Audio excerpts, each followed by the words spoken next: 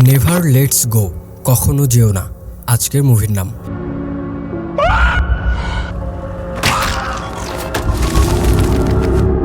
মুভির শুরুতে ঘন জঙ্গলের মধ্যে আমরা একটি বাড়ি দেখতে পাই। এই বাড়িটি জনবসতি থেকে বহু দূরে অবস্থিত। এই বাড়িতে মা এবং তার দুই ছেলে বসবাস করে। মায়ের নাম হলো মোম্মা আর তার দুই ছেলের একজনের নাম হলো নোলান, আরেকজনের নাম হলো সামিউল। এখন কথা হলো, এরা জনবসতি থেকে এত দূরে কেন, আর কেনই বা এখানে বসবাস করছে? আসলে এদের পরিবারে একটি শয়তানি শক্তি ভর করেছিল, যার কারণে তাদের পরিবারে এই তিনজন ছাড়া সবাই মারা গিয়েছে। তো মোম্মা তার ছেলেদেরকে বলে, আমরা বেঁচে আছি শুধু এই বাড়িটার জন্য, কারণ এই বাড়িটি আমার শ্বশুরমশাই মারা যাবার আগে এই বাড়ির চারিপাশে মন্ত্র সিদ্ধ করে রেখেছিল। এখন কথা হলো, এরা তো বহু বছর ধরে এখানে বন্দি অবস্থায় রয়েছে, তাহলে খাবার পায় কিভাবে? মোম্মা তার ছেলেদেরকে বলে, যতক্ষণ আমরা এই বাড়ির মধ্যে থাকব ততক্ষণ কোনো শক্তি আমাদেরকে কোনো ক্ষতি করতে পারবে না, কিন্তু তোমরা যখন শিকারে বের হবে তখন খুব খেয়াল করে রাখবে যেন কোনোভাবে এই বাড়ির সাথে লাগানো দড়িগুলো ছিঁড়ে না যায়। মানে যতক্ষণ এই দড়িগুলো বাড়ি এবং তাদের সাথে বাঁধা থাকবে ততক্ষণ শয়তান তাদেরকে কিছু করতে পারবে না। এখানে মোম্মা তার ছেলেদের জন্য কিছু রুলস রেখেছিল, যে কিভাবে বাইরে যেতে হবে, কিভাবে শিকার করতে হবে এবং কি করলে শয়তানি শক্তি তাদের কোনো ক্ষতি করবে না। সব কিছু আগে থেকেই মোম্মা তার ছেলেদেরকে বলে রেখেছিল। আর প্রতিদিন সন্ধ্যার সময় এই নিয়মগুলো মোম্মা তার ছেলেদের থেকে একবার করে শুনে নেয়, যে তারা কোনো কিছু ভুলে গিয়েছে কিনা। এখানে মোম্মার থেকে আমরা কিছু জিনিস জানতে পারি, যে তাদের বাড়ির আশেপাশেই সব সময় সেই শয়তান ঘোরাফেরা করে, আর এই শয়তান যে কারোর রূপ ধরতে পারে। শুধু তাই নয়, সেই শয়তানকে যদি কেউ কোনোভাবে স্পর্শ করে তাহলে সেও ইভিল বা শয়তান হয়ে যায়। মোম্মা তার ছেলেদেরকে বলে, তোমাদের বাবাও শয়তানকে স্পর্শ করেছিল আর সেও শয়তান হয়ে গিয়েছিল, তাই বাধ্য হয়ে আমি তাকে মেরে ফেলেছি। একদিন রাতে তারা ঘুমিয়েছিল। গভীর রাতে মোম্মা বাইরে কিছু অদ্ভুত আওয়াজ শুনতে পেয়ে বাইরে আসে। তখন দেখা যায় সেই শয়তান তাদের বাড়িতে ঢোকার চেষ্টা করছে, কিন্তু পারছে না। আর এটাই কারণ সেই শয়তান এই বাড়ির কোনো ক্ষতি করতে পারবে না, আর এই বাড়ির সাথে যারা দড়ি দিয়ে বাঁধা থাকবে তাদেরও কিছু করতে পারবে না। তারা তিনজন শিকার করতে যায়, তাদের সাথে দড়ি বেঁধে, যে দড়িটি তাদের বাড়ির সাথেও বাঁধা থাকে। তারা পোকামাকড়, পশু পাখি, সাপ যা পায় তা শিকার করে তাদের পেট চালায়। নোলান আর সামিউল কখনো তারা শয়তানকে দেখেনি, তারা তার মায়ের কথাতে বিশ্বাস রাখে। তবে নোলান তার একটু এই বিষয়ে সন্দেহ হয়, তার মনে হয় এই জঙ্গলের বাইরে সবকিছুই ঠিকঠাক, এটা হয়তো তার মায়ের ভুল। নোলান তার মাকে এই বিষয়ে বললে মোম্মা বলে, দেখো এই সন্দেহ সেই শয়তান তোমাদের মধ্যে ঢুকাচ্ছে, যাতে করে সে আমাদের সবাইকে মেরে ফেলতে পারে। মোম্মা বলে, জানি না এই জঙ্গলের বাইরে কি আছে, তবে বহু বছর ধরে আমরা এখানে আছি, এতদিনে হয়তো পৃথিবীর সকল মানুষকে শয়তান মেরে ফেলেছে। মোম্মা নোলানকে বোঝানোর পরেও তার এই বিষয়ে সন্দেহ থেকে যায়। পরের দিন সামিউল জঙ্গলে শিকার ধরার জন্য বের হয়। সামিউল সে একটি পাখির বাসায় কিছু ডিম দেখতে পায়, তাই সে ওগুলো নেওয়ার চেষ্টা করে, গাছের ওপরে ওঠে। কিন্তু সমস্যা হলো সেই ডিম নিচে পড়ে যায়। এদিকে নোলানও চলে আসে। নোলান বলে, দড়িটা খুলে ফেল, এইসব শয়তান টয়তান বলে কিছু হয় না। কিন্তু সামিউল তার মায়ের ওপর খুব ভরসা রাখে, সে খুলতে চায় না। তখন নোলান রেগে গিয়ে তার দড়ির ওপর পা দেয়, এতে সামিউল পা ফসকে নিচে পড়ে যায়। সামিউলের পা একটি ডালে আটকে যায়, আর তার দড়িটিও তার থেকে খুলে যায়। আসলে নোলান দেখতে চায় শয়তান বলে কিছু আদৌ আছে কিনা। কিন্তু যখন নোলান তার ভাইকে ওঠাতে যাবে তখন দেখা যায় তার দড়িও তার ভাই পর্যন্ত পৌঁছাচ্ছে না। এদিকে সেই শয়তান সামিউলকে মারতে এগিয়ে আসছিল। তখন নোলান একটি শীষ দিয়ে তার মাকে ডাকে। তার মা দৌড়ে আসে, কিন্তু তার দড়িও ওই পর্যন্ত পৌঁছায় না। তখন মোম্মা তার নিজের দড়ি কেটে দিয়ে তার ছেলেকে বাঁচাতে যায়, কিন্তু ভাগ্যক্রমে সেই শয়তান তাদের কাছে আসার আগেই মোম্মা তার দুই ছেলেকে দড়ির সাথে বেঁধে ফেলে আর বাঁচাতে সক্ষম হয়। এখানে মোম্মা ছাড়া বাচ্চা দুটো শয়তানকে দেখতে পায় না। তো মোম্মা তার ছেলেদেরকে বাড়ির মধ্যে নিয়ে এসে খুব বকা দিতে থাকে, কারণ তারা রুলস অমান্য করেছে, আর এই কারণে সে তাদেরকে শাস্তিও দেয়। কিন্তু দড়ি খুলে যাওয়ার পরেও যেহেতু সামিউলের কিছু হয়নি, তাই নোলানের আরও বিশ্বাস বেড়ে যায় যে জঙ্গলের বাইরে সবকিছুই ঠিকঠাক আছে। তার মা শুধু শুধু তাদেরকে এখানে বন্দি বানিয়ে রেখেছে। কিন্তু সামিউল সে তার মায়ের কথাতেই অটল থাকে। সে বলে, মা যেটা বলেছে সেটাই ঠিক, তোর ধারণা সঠিক নয়। এদিকে মোম্মা তার বাড়ির মধ্যেই কিছু গাছ রোপণ করছিল। তখন নোলান তার মায়ের ঘাড়ে একটি সাপের ট্যাটু দেখতে পায়। তার মা বলে, শয়তান আমার কাছে প্রায় সময় সাপের রূপ নিয়েই আসে, আর তাকে বিভ্রান্ত করার জন্যই ওখানে আমি এই ট্যাটুটি এঁকেছি।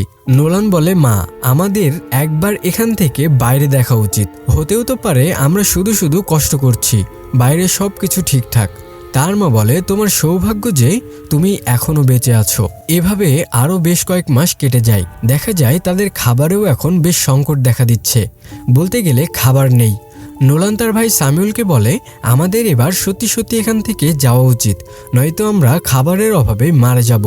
নোলান বলে, আমি বুঝে গেছি আমাদের মায়ের এইটা একটা ভুল ধারণা। এইসব কথা মোম্মা বাইরে থেকে শুনতে পাচ্ছিল। পরের দিন সকালে তার মা তাদেরকে তাদের একটি ছোটবেলার ছবি দেখায় এবং সেই সাথে সাথে আবারও তারা একটি ছবি তুলে নেয়। মোম্মা বলে, আমাদের বাসাতে এখন কোনো খাবার নেই, কিন্তু এখন আমাদের বাড়ির কুকুরটি অবশিষ্ট রয়েছে। ওইটাকে মেরে ফেললে আমরা আপাতত 1 মাসের খাবার পাবো। কিন্তু নোলান তার কুকুরটিকে খুব ভালোবাসতো, তাই সে এটা করতে তার মাকে নিষেধ করে। কিন্তু তার মা বলে, নোলান, সত্যি সত্যি শয়তান তোমার উপর ভর করেছে, আর সেই তোমাকে আমাদের থেকে বিশ্বাস উঠিয়ে নিচ্ছে, যাতে করে আমাদের সবাইকে মেরে সে শান্ত হতে পারে। তো কথা মতো মোম্মা কুকুরটিকে নিয়ে একটি ঘরের মধ্যে যায় তাকে মেরে ফেলার জন্য। তখন নোলান বাইরে থেকে সেই ঘরটি বন্ধ করে দেয় আর বলে, মা, আমি তোমাকে এই কাজটি করতে দিতে পারি না, আর আমি বিশ্বাস করি না এই জঙ্গলের বাইরে কিছু নেই। এই বলে নোলান তার মায়ের দড়িটি কেটে দেয়। তখনই সেই শয়তান মোম্মার দিকে এগিয়ে আসে আর তাকে মারতে যায়। তখন মোম্মা একটি কাজ দিয়ে সে নিজেই নিজের গলা কেটে ফেলে। আসলে সেই শয়তানের হাতে মরে গিয়ে নিজেও শয়তান হতে চায় না। আর তখন নোলান বুঝে যায় সে অনেক বড় ভুল করে ফেলেছে, আসলে শয়তান বলে কিছু আছে। তখন স্যামুয়েল এসে মায়ের এই অবস্থা দেখে কান্নাকাটি করতে থাকে আর নোলানকে মারতে থাকে। তো কি আর করার, রাতে স্যামুয়েলের শরীর খুব খারাপ হয়ে যায়। মায়ের চিন্তাতে তার জ্বর পর্যন্ত চলে এসেছে। তখন নোলান তার সেবা করে আর খাবারের খোঁজে নোলান একাই জঙ্গলে বেরিয়ে পড়ে। নোলান যেতে যেতে অনেকটা দূরে রাস্তার ধারে চলে আসে আর সাহায্যের জন্য চিৎকার করতে থাকে, কিন্তু অনেকক্ষণ যাবৎ সে কাউকে সেখানে দেখতে পায় না, তাই আবারও বাড়ির দিকে চলে আসতে থাকে। কিন্তু যখন সে বাড়িতে ঢুকতে যাবে তখন দেখা যায় সেখানে একজন লোক আসে। সে বলে, আমি তোমাকে ফলো করতে করতে এখানে এসেছি, আমি রাস্তা দিয়েই হেঁটে যাচ্ছিলাম, তুমি সাহায্যের জন্য চিৎকার করছিলে। নোলান মনে মনে ভাবতে থাকে, এই হয়তো ইভিল, সে মানুষের রূপ নিয়ে এখানে এসেছে। তখন স্যামুয়েল বাইরে এসে তাকে তীর নিক্ষেপ করতে চায়, কিন্তু লোকটি বলে, আচ্ছা ঠিক আছে, আমি চলে যাচ্ছি, কিন্তু আমাকে মেরো না, আমি তোমাদেরকে সাহায্য করতে এখানে এসেছিলাম। কিন্তু স্যামুয়েল তাকে মেরে দেয় আর খোঁড়াতে খোঁড়াতে জঙ্গলের মধ্যে চলে যায়।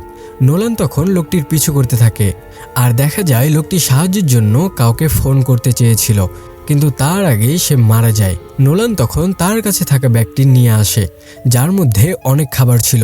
তারা বুঝতে পারে লোকটি কোনো ইভিল ছিল না, আমরা ভুল ভেবে তাকে মেরে দিয়েছি। কিন্তু খাবার পেয়ে তারা 2 ভাই পেট ভরে খায়। স্যামুয়েল তার ব্যাগের মধ্যে লোকটি আর তার মেয়ের একটি ফটো খুঁজে পায়। রাতে একটি মেয়ে এই ঘরের কাছে আসে আর বলতে থাকে, আমি আমার বাবাকে হারিয়ে ফেলেছি, আমার বাবা এদিকেই এসেছিল। তখন স্যামুয়েল বলে, আমি তোমার বাবাকে ভুল করে মেরে দিয়েছি, আমি মনে করেছি সে হয়তো ইভিল। এই কথা শুনে মেয়েটি দৌড়ে জঙ্গলের দিকে চলে যায়। স্যামুয়েল ভাবে মেয়েটি তো ওই লোকটির ছেলে, তাই তাকে সাহায্য করার জন্য সেও জঙ্গলের দিকে দৌড়াতে থাকে। মেয়েটিও দৌড়াতে থাকে।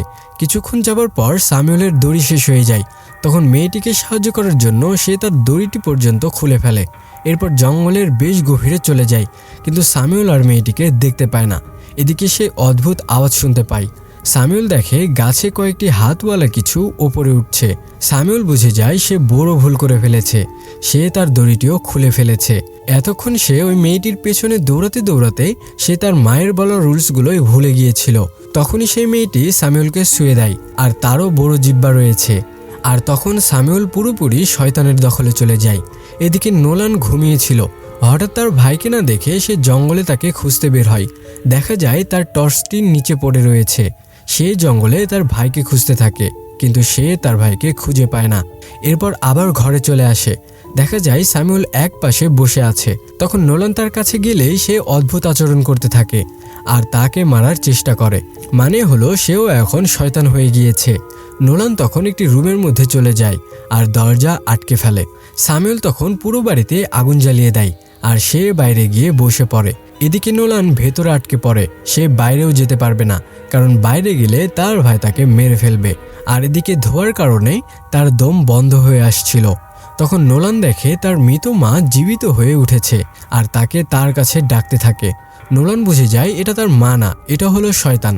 নোলান তখন তার বাড়ির নিচে একটি গ্রাউন্ড আছে, ওখানে মন্ত্র সিদ্ধ করা ছিল। সে ওই শয়তানকে নিয়ে নিচে পড়ে যায় আর মন্ত্রের প্রভাবে সেই শয়তানের আসল রূপ বের হয়ে আসে। সে সাপের মতো হয়ে যায় আর নিমিষেই সেই শয়তান ধ্বংস হয়ে যায়। এরপর সিন কাট হয়ে আমরা ফায়ার সার্ভিসের টিম দেখতে পাই। তারা আগুন নিভাতে এসেছিল, কারণ ওই লোকটি 911-এ ফোন করেছিল, তাই এরা খবর পেয়ে এখানে এসেছে। এরপর দেখা যায় নোলানকে তারা উদ্ধার করে হেলিকপ্টারে নিয়ে যাচ্ছে। সেখানে তার ভাইও ছিল।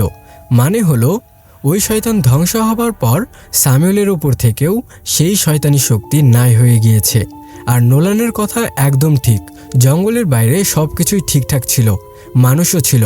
আসলে সেই শয়তান শুধু এই পরিবারের ওপরে ভর করেছিল। তাদের মা বাইরে যেতে চাইতো না, কারণ যদি তারা এই ঘনবসতিতে আসতো তাহলে সেই শয়তান সবাইকে মেরে ফেলতো। আর এই সিন দেখে এই মুভিটি শেষ হয়ে যায়। তো কেমন লাগলো তা অবশ্যই কমেন্টস করে জানান, আর ভালো লাগলে চ্যানেলটি সাবস্ক্রাইব করে দিন। দেখা হবে পরের কোনো হরর মুভি নিয়ে। সেই পর্যন্ত সবাই ভালো থাকুন, সুস্থ থাকুন। আল্লাহ হাফেজ।